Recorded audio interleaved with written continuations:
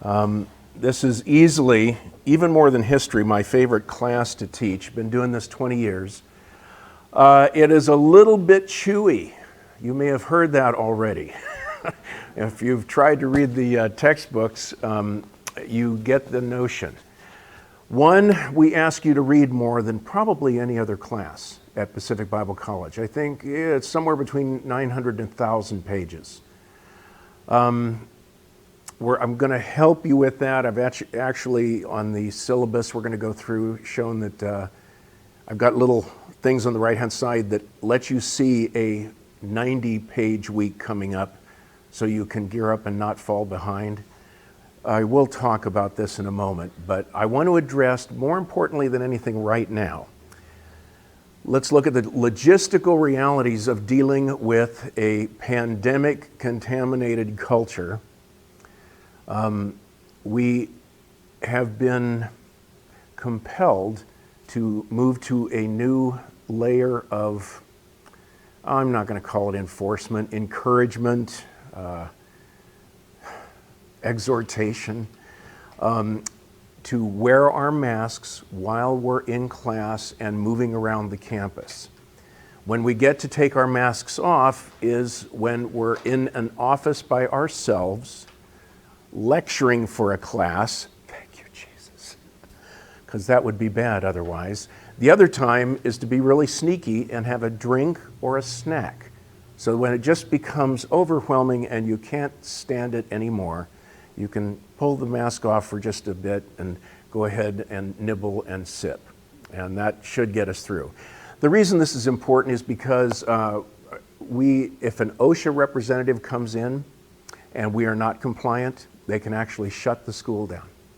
And that's not good. And especially receiving the admonition, the apostolic admonitions from 1 Peter chapter 2 and Romans chapter 13, which I would recommend for your review. It is our godly duty to honor the commands of the government, even the Assyrians, even the Romans. So I guess we can listen to Congress. So anyway, that's kind of where we are on that. Because I can't be certain of ever seeing any of you again after this week, I got to lay out something for you. Online is not as tied down as we might like it to see. So here's what happens. I'm not going to depend on Populi. I'm not going to depend on all the formal online things. Basically, we go to the Stone Age and we use sticks and rocks, just like we did in the old days. You can communicate with me on email. You guys remember email? Okay. Email. Please don't Twitter me. Please don't Facebook me. Please don't Messenger me. For goodness sakes, don't, oh, what's that other horrible one the corporate guys are using? Never mind, you get the picture. Email. You can also text me. On your syllabus that we're looking at, is my 973-9601 cell phone there? Why don't you go ahead, 541-973-9601. Every day I check my texts and my emails often, at least 3 or 4 times a day, so you'll get me that way. Anything else, I just can't promise it to you. If we have to, I will attach documents to emails like quizzes, even finals is what we did here this last shutdown. And you can highlight your answers in green. And I'll correct those and I'll get them back to you. My hope is that we're going to eventually get everything online, on Populi, and it will work smoothly like a well-oiled machine. That's not today. As a matter of fact, we've got a hybrid class that I'm actually trying, because we had so many students, I'm trying to engineer a hybrid online, so to speak, class. I'm calling it a hybrid because it's not polished and nailed down. Hybrid means I'll do anything it takes to get you your assignments, to help you complete the curriculum and get graded and credited for it. Is that clear? That's what hybrid means. But it also means that these videos that we're lecturing eventually to make a real online class will be posted, God willing, within 48 hours. Our hybrid students are going to watch that lecture and then meet with me every couple weeks on a Zoom for questions and discussion, any unclarities. You guys are getting the red meat here in the live class, but we're trying to fix it so that a hybrid or online gives you at least 90% of the content and dynamic. That's our plan. So if something happens, we get closed down, PBC is shuttered, check your email, okay? That's where I'll be communicating with you, that and your texts. Bathrooms right through this door. Has everybody been here before? Is this a first class for anybody? Okay.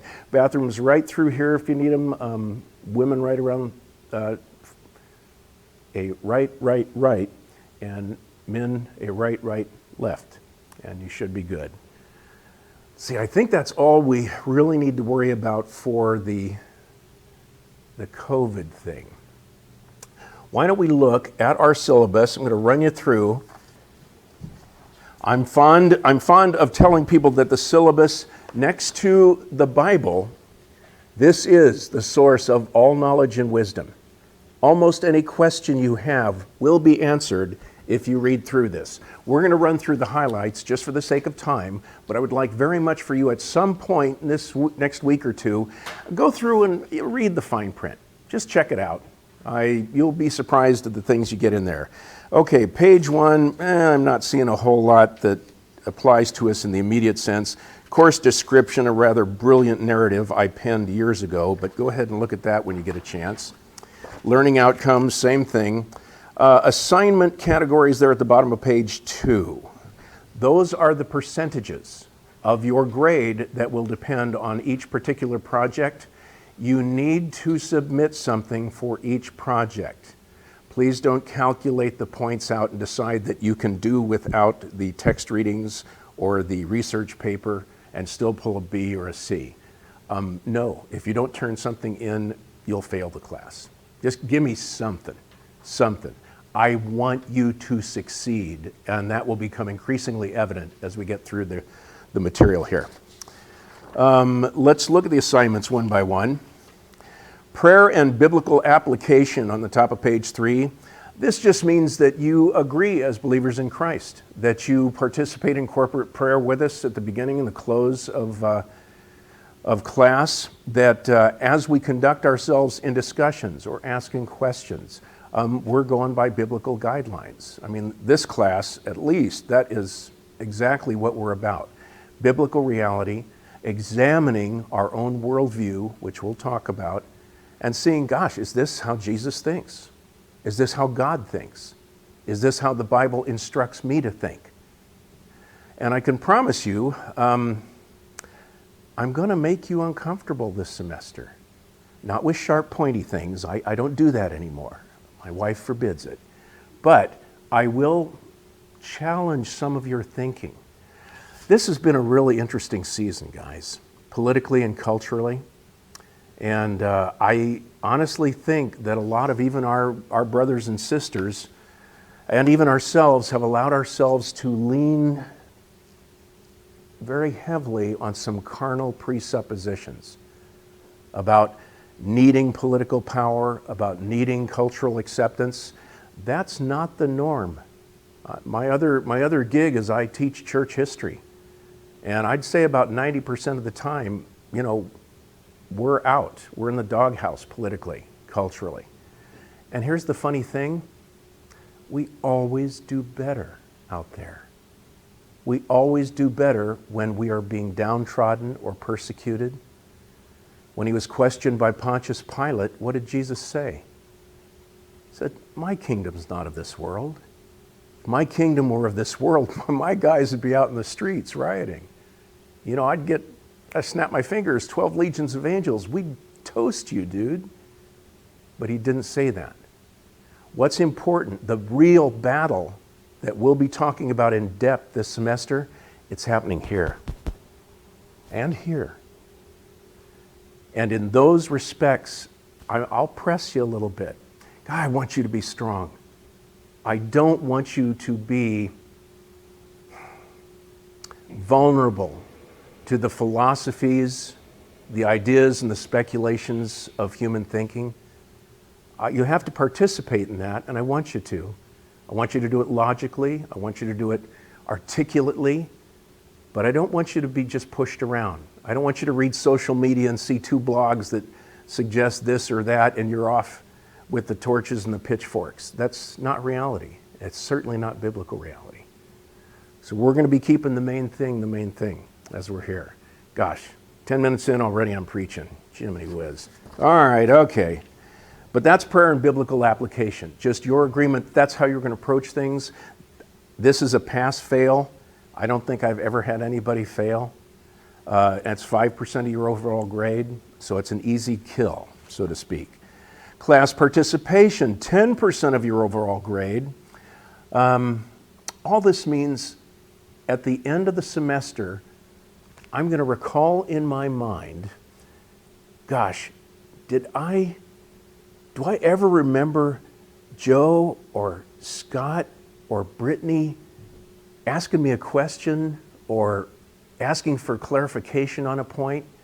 If the picture I draw up in my mind, this is very subjective, is of you sitting like a lump on a log for the entire semester, you won't do as well with this score. I want you to challenge me. You should learn to do that with everybody. I'm trying to tell the truth to you as well as I possibly can from the point of view of a person committed to Christ, but I'm trying very hard to not feed you an agenda other than by my belief in Christ. So, but I want you to double check me. I mean, boy, if we did more of this double checking and critical thinking, I don't think we would be in the political problems that we're having right now. So please be aware, if you're not clear on something or you have a question, you've heard before, the only dumb question is the one that doesn't get asked. So feel free. Already we're putting people to sleep. All right, I'll try and speed up. Class participation, weekly quiz. Next week, when you come in, the first thing we'll do is pass out a quiz. Probably about 5 questions, 5 points a quiz. It will simply be on the lecture material. I'm not testing you on the text in this class. I want you to read it. You'll be scored on that. At the bottom of each quiz, as a matter of fact, there'll be a little thing that says, I completed blank % of the reading. You give me 20%, 50%, 75%, and I'll adjust it on the score. But the quiz will happen first thing every week on the previous week's lecture material. Oh, here's the part you're really going to like, the research paper. Okay, 10-page paper. Citations will be required. It's going to be in 12-point plain font, double-spaced, so there's some mercy. At least 4 sources must be published works, not websites. You can add a website or 2 if you get 6 sources, but at least that. I want you to use the Turabian Chicago B notation system. We have 3 that we use here at PBC. We use the MLA, the APA, and the Turabian. You should at least be familiar with all 3. I'm not going to be brutal on you as I check that. I just want you to do a reasonably good job of putting your footnotes at the bottom, your cited works at the end, page numbers, general things like that. You can see technical style is worth 50 points, knowledge 50 points, coherence 25, and your resources 25. We'll be talking about this a lot through the semester, but here's a secret. This will be about apologetics. I want you to start thinking now, what is something I've heard said about Christianity that hurt my feelings, that tickled me, that didn't sound right, sounded unjust, like an unjust accusation, Just be aware. Create a place in your brain where you're aware of something like that. Like, oh, Christians get as many divorces as unbelieving people. Did that hurt your feelings? That might be a good topic. That might be a really good subject for you to develop in a research paper on apologetics. The field is wide open. You'll need to talk with me about your subject, and we can talk, because you might pick one too big or one too small, and I'll just do my best to advise you. But at the end of the semester, that's probably, I think that's 30% of your grade. That's a big deal. So start thinking about that now. Reading articles, reading books. Okay, we've mentioned text readings. Students will certify completion of the week's assigned text readings immediately following completion of their weekly quiz. Incomplete reading will be graded based on the percentage of text completed. Sounds pretty straightforward. If you fall behind, and I really encourage you not to, guys, being a Christian is about reading. Historically, kingdoms and tyrants and evil empires don't want their people to read. Why?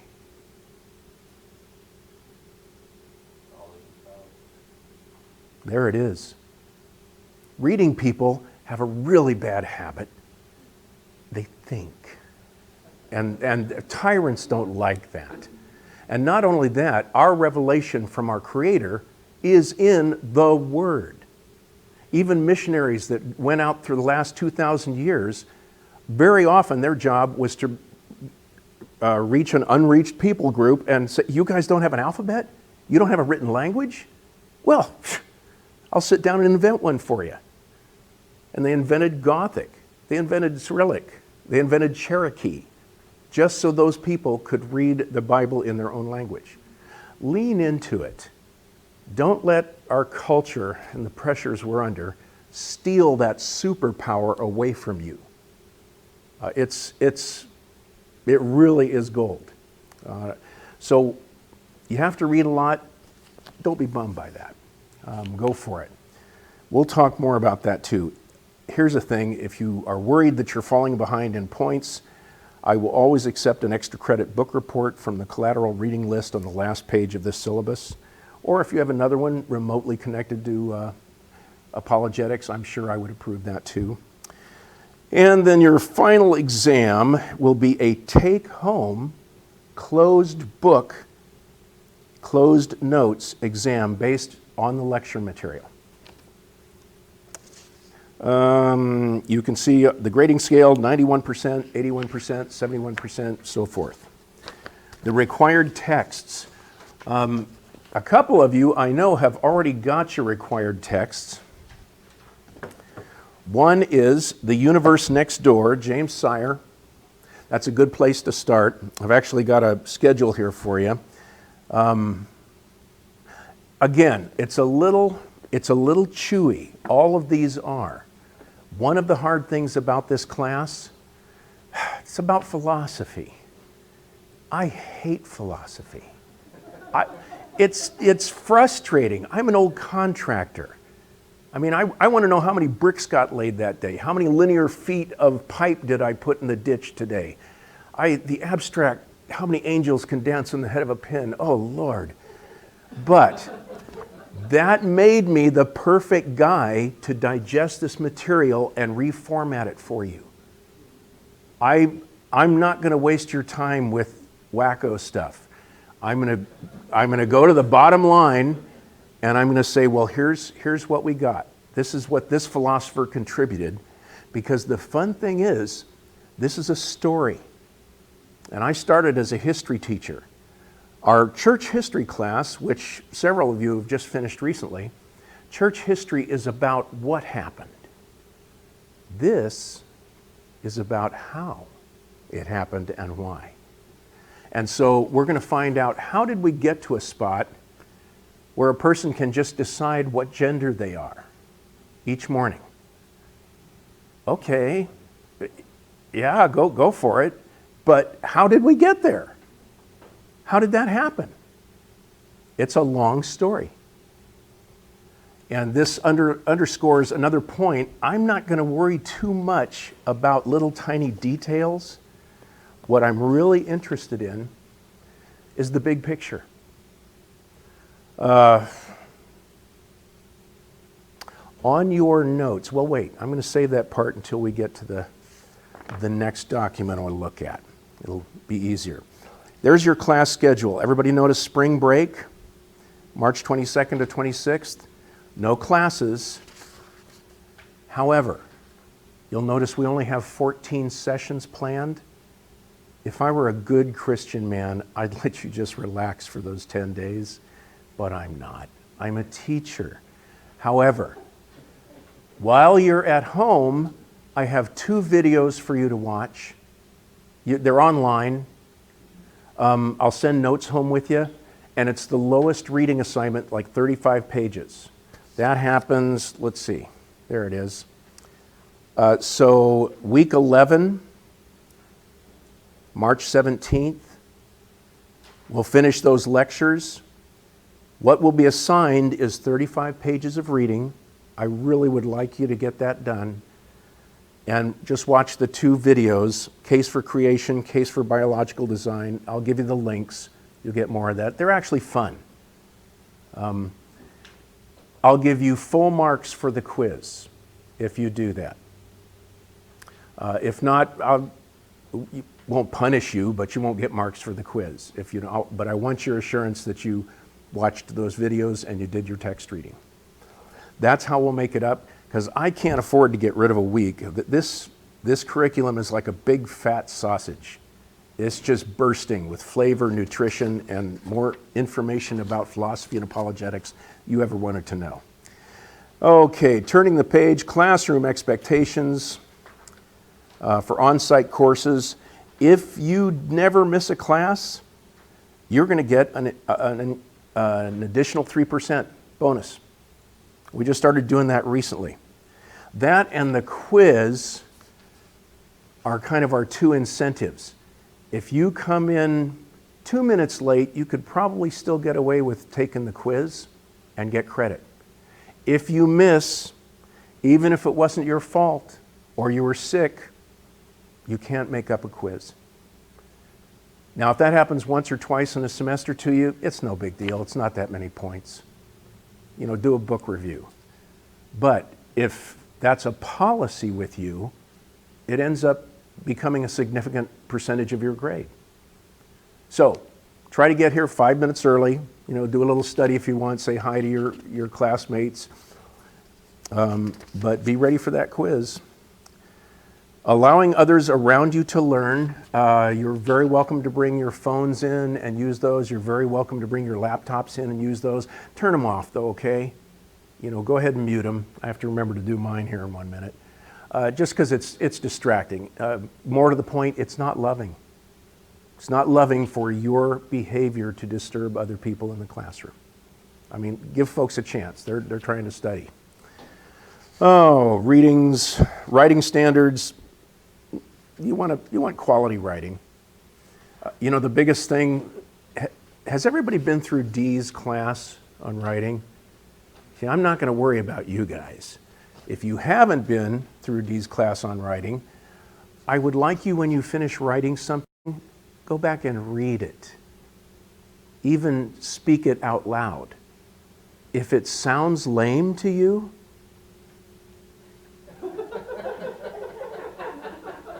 it's lame. You know, go ahead and feel free to change it. Being a good writer involves rewriting. Bottom line. And if you pursue your education and you get into upper division stuff in graduate school, oh, they're going to be merciless. I'm serious. Get in the habit of rereading your stuff, rewriting at a time, even twice, 3 times. If you ever publish, you'll be rewriting it 8 or 9 times. That's what it takes. Plagiarism. Oh, gosh. When we got accredited, this became a big stink. I used to let people submit the same paper they did for me in history. I would let them tweak it a little bit and submit it for apologetics. We can't do that anymore. You can't even plagiarize yourself. So please don't cut and paste out of Wikipedia your report on Saint Nick beating up Arius in the Nicene Council. That's grounds for failure. If you copy without citation, without giving credit for another author's work, bad news. Oh, completion of work. I'll let you work at that. Incomplete policy. Emergency school closure procedures, and the collateral reading list. All of those are really good books. Some are more chewy than others. If you have another one you'd like to explore, by all means, check that out. The class schedule kind of tells you where you are. I did mention the pages, didn't I? Yes. It also tells you the name of the 2 lecture modules we'll be doing that day. It also tells you what texts are assigned for that week, for the following week. So for this week, I'm presuming that by next Wednesday you will have read 75 pages in Sayers, Sampson, Geisler, and Hoffman, and Francis Schaeffer. I'm glad we went back, because I want to tell you, if you would rather watch the video of Francis Schaeffer, which is also on YouTube, you may do that. And count that as part of your reading exam, your reading pages. That's actually not a bad way. He's a very odd little fellow. Wears the short Swiss pants, and has a beard, and only wackos have the beards, back then. He's got a squeaky voice, but it was a series that 50 or 60 years ago predicted some developments in cultural quality, character, about abortion, about gender identity, about a lot of these issues, which quite frankly were spot on and have actually come true. Almost every single one that I'm aware of, which kind of puts him in candidacy for being considered a biblical prophet. So Francis Schaeffer, it's old stuff, but it's still good stuff. Yes, ma'am? So if we watch the video, we don't have to read the book? If you watch the video, you don't have to read the book. It's how should we then live? And I will send the links for all of our videos out to you guys this coming week. I'm still getting organized. But you go to that link, it's like 9 chapters. They're like 30, 40 minutes a piece. So you do, a chapter a week, you're good to go. And you can count the pages that would have been equivalent to as part of your reading assignment. And I'll tell you this, you don't have to do this reading schedule the way I've got it. You do have to read that many pages. That's how I'm keeping track. I'll take your word for it. Our vice principal is the Holy Spirit. He's really good at the things he does. And if your policy is not to be honest about things like that, you probably won't succeed getting through Pacific Bible College, one way or the other. So I just encourage you, suck it up, be tough, take the hit when it's your fault. So we've talked about the universe next door, why I am a Christian, which of all the books is the one I'm actually looking for a good replacement. About half these articles are really good. The other half are kind of... So again, we're not testing, but I want you to be exposed to this stuff. 6 Modern Myths, same thing. This guy's a Brit. He's a little bit hard to read, but you'll get used to him. Has anybody already read this for the history class? Richard, you already read it? You're off the hook, dude. Every week you can just mark down that you get full credit for these pages. I've also read How to Read and Live. Then you're good. Yeah, just mark it down. You might review, just look at chapter headings, go through it just so you know where we're going. Okay. Where does that put us? I believe that puts us on track for looking at the next thing. I am such an enabling, codependent sucker. I've written out for you a worldview study outline, which lists the 4 to 5 basic concepts that you should walk out of the classroom each session knowing. This is where I get your exam questions. is from this outline. The quizzes and the final exam. Only one final exam. Just to let you know, when you're reading through your instructor notes or your student notes, you're taking student notes right now as we do this, but at the end of the class, I'm going to put my instructor notes. Same notes as you got, but it's filled in with the stuff I used for the lecture. I have you write down the notes during the lecture because you use a different part of your brain to do that. It buries the knowledge you've got deeper because you had to translate my words into your own thoughts and express those verbally. So scientifically, it's a better learning vehicle. I give you the instructor notes at the end of class so you can take them home and just have them for your records. Hey, you're working on your master's degree 7 years from now, and you think, oh, doggone, I don't want to start from scratch. You know, Matt talked about this in Worldview. I'm going to go back and look. Oh, yeah, look at these notes. Fat city. I don't have to do any studying. That's what it's for. Don't throw this stuff away. These will be in the back when we get done.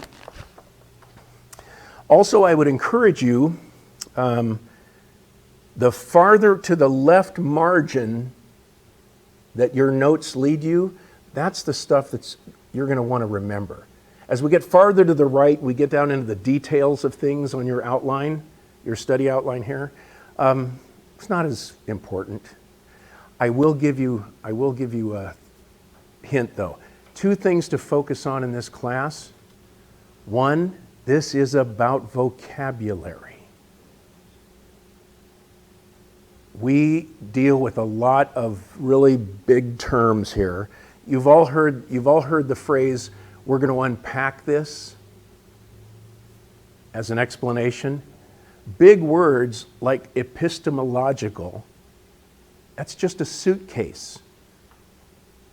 You open the suitcase and find out that one word entails a lot of related ideas. That's the purpose of big words. They also make you sound very smart at cocktail parties, which is, a benefit. But that's not why we use them.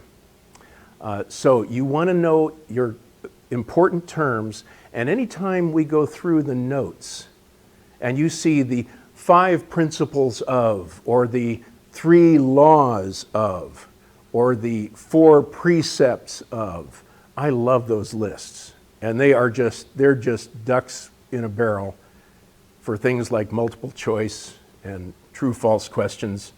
So when you see things numbered like that, that's a good point. The big things you're going to need to remember, you'll hear repeated. You'll hear them emphasized. So don't worry too much. But I would say if you're studying for a quiz, or if you're confused about what you heard in a given class lecture, just look at your study outline. If there's a name or a term or a concept in that, I'll bet you're going to see it again. Like I say, this is where I get the tests. And last but not least, I have created for you a philosophy glossary. This is where I've taken the maybe 120 most frustrating and multisyllabic words in the theological and philosophical domain, and I have striven to give you a 1-sentence definition. For years going through school, I would encounter bizarre words, cosmology, and I'd keep wondering, what the heck does that mean again? And I have to go back and I'd read the encyclopedia. We didn't have the internet back in that day. So I'd read 3 pages of an encyclopedia trying to figure out what cosmology meant. Okay, after you do that 3 or 4 times, you get a little bit tired of that. So you just write out cosmology, do your best to give yourself 1-sentence definition that acts as a reminder. This will be posted. You should download it. You should add to it all your life. When you run into a term for the 3rd or 4th time that really frustrates you and you can't remember exactly what it means, add it to your list. Guys, the real shortcut is doing a good job the first time. If you haven't learned that yet, hear what I'm saying. That will save you time and energy. Okay, we're going to take a bathroom break for just about 6 minutes and then come back and try to get through both of our lecture materials. Go ahead, enjoy, stretch, and we'll see you in about 7.3 minutes.